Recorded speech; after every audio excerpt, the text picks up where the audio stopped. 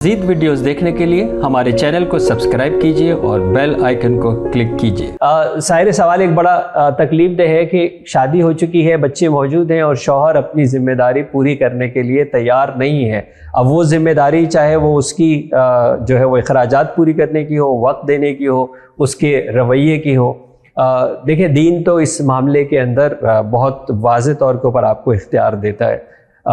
जिसको आप अलहदगी कहते हैं, कि जो शौहर अपनी ज़िम्मेदारी पूरी नहीं कर सकता तो वो उसको उस स्टेटस के ऊपर क्यों रखा जाएगा, क्योंकि ये अदल के और इंसाफ का दीन है। इसका आसान तरीका ये है कि मैं अपने शौहर के साथ हूँ और तसव्वुर यही है कि वो अपनी ज़िम्मेदारियाँ पूरी नहीं कर रहा, तो मेरी लाइफ के अंदर क्या क्या चीज़ें पॉजिटिव हैं और कौन कौन सी चीज़ें मिसिंग हैं। यानी मुझे हासिल, इस रिश्ते में रहने से मुझे हासिल क्या क्या हो रहा है, और इस रिश्ते से अगर मैं निकल जाती हूँ तो मैं क्या क्या चीज़ें मेरे नुकसान होगा। राइट, इनकी जब आप लिस्ट बनाएंगे कि एक रिश्ते में रहते हुए हासिल क्या है और नुकसान क्या है, सवाल ये है कि क्या ये मुमकिन भी है कि आपके पास इतने रिसोर्सेज हैं, आपके पास इतनी एजुकेशन है, आपके पास इतनी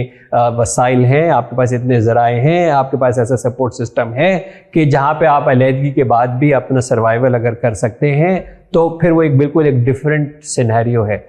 इसीलिए मैं कहता हूँ कि अपनी बच्चियों को पढ़ाएं, अपनी बच्चियों को हुनर सिखाएं, अपने बच्चियों को इस काबिल करें। ज़रूरी नहीं है कि आप सिर्फ इसीलिए उनको इस काबिल करते हैं या इसीलिए आप उनको हुनर सिखाते हैं या इसीलिए आप उनको फाइनेंशियली इंडिपेंडेंस की तालीम दिलवाते हैं कि ज़रूर एक वक्त ऐसा आएगा कि उनको शौहर उनको छोड़ देगा। नहीं जनाब, एक ऐसा वक्त भी आ जाता है, और बल्कि ये वक्त हमारे यहाँ अब आ चुका है पूरी दुनिया के बाद भी, कि अब बहुत मुश्किल हो गया है। जो हमारी ज़रूरियात हमने अपनी बढ़ा ली हैं, जो हालात हमारे हो गए हैं, जिस महंगाई की चक्की के अंदर हम पिस रहे हैं, तो ये बहुत मुश्किल हो गया है वो ट्रेंड जो हमारे वालिदैन के ज़माने में था कि एक बाप कमाता था 8-9 बच्चों को और अपने पूरे घर को पाल लेता था, और वो पल भी जाते थे और वो कनात भी कर लेते थे। अभी ऐसा नहीं है, अभी हर चीज़ इतनी महंगी है। अभी तो बाज़ दफ़ा इस पोजीशन के ऊपर भी आ गए हैं कि शौहर की तनख्वाह में बिजली का बिल भी अदा नहीं हो सकता। अब छोड़ें, अब उसके बाद बाकी चीज़ें कैसे अदा होंगी, किराए का घर है वो कैसे होगा, खाना पीना कैसे होगा, बच्चों को स्कूल की तालीम के लिए कैसे भेजेंगे। तो लाजमी तौर के ऊपर जो घर की खातून खाना है उसको कोई ना कोई कंट्रीब्यूशन के लिए मेहनत करनी पड़ती है। और आज से नहीं, सदियों से यही होता आ रहा है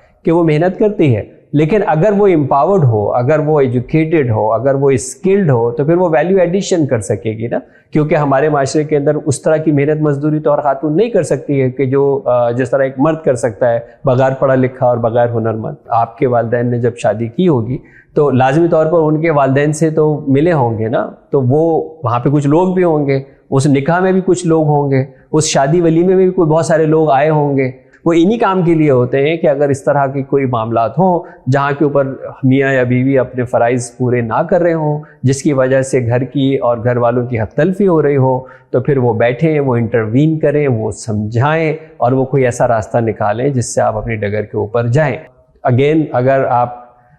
रिश्ते में रहना चाहते हैं और या रिश्ते से निकलना चाहते हैं, दोनों के फ़वाइद और नुकसान की एक लिस्ट बनाइए और वो आपको ख़ुद एक फ़ैसला करने के ऊपर जो है वो आगाही दे देगी कि हमें किस तरह फ़ैसला करना चाहिए। मज़ीद वीडियोस देखने के लिए हमारे चैनल को सब्सक्राइब कीजिए और बेल आइकन को क्लिक कीजिए।